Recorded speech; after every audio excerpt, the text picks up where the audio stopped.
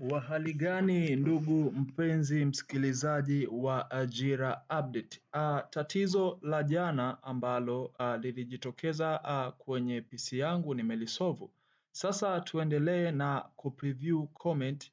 Kuna comment hapa ambayo inahitaji maelezo.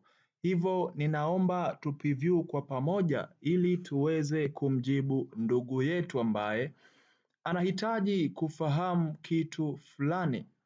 Ungana nami mwanzo mpaka mwisho ili tuweze kumsaidia ndugu yetu. Anaitwa anaitwa Mahfudhu Athmani. Mahfudhu Athmani anauliza ya kwamba ameuliza kwa Kiingereza murua kabisa, anasema thank you very much sir. I wonder, I would like to ask vipi ambao tumepata 4 ya 27 tukiwa form 4. And then what is the meaning of agromechanical certificate?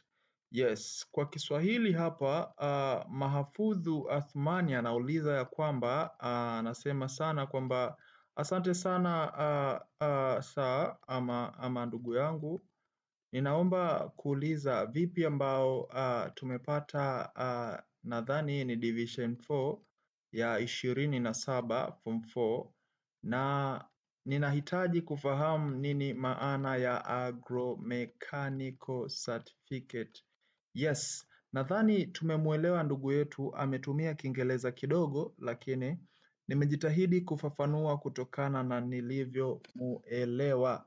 Iko hivi, kuhusiana na 4 ya 27 kama tunavyofahamu mara nyingi sana ajira za polisi zinaishia 4 ya 28, na tumeona miaka kadhaa ya nyuma wanagaidi kwamba 4 ianzie 26 mpaka 28. Yes, 4 ya kwanza mpaka ya 28. Ukienda zaidi ya hapo wanaona kwamba umefeli sana. Alafu nikija kwenye kukujibu swali lako ambalo unahitaji kufahamu nini maana ya agromechanic certificate. Kiufupi, agromechanical certificate ni cheti cha ufundi wa mitambo ya kilimo, na hichi kinajihusisha sana na kutengeneza ama kufanya marekebisho ya mashine ambazo zinatumika katika kilimo, mfano kama zile pampu za maji ambazo zinatumika kwenye umwagiliaji na mashine mbalimbali ambazo zinatumika hata kumwagilia dawa kwenye kilimo. Kwa hiyo ndio maana ya agromechanical certificate. Kwa hiyo ni kitu kizuri sana kwa mtu ambaye amesomea hii kada ama hii fani.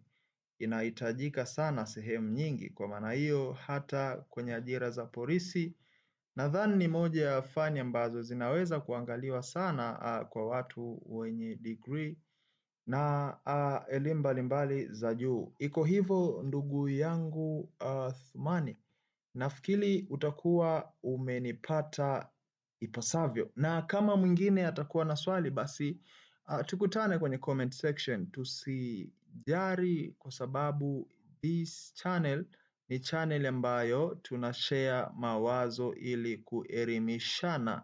Asante sana, tukae chonjo maana mwezi wa 7 ndio huwa hapa. Asante.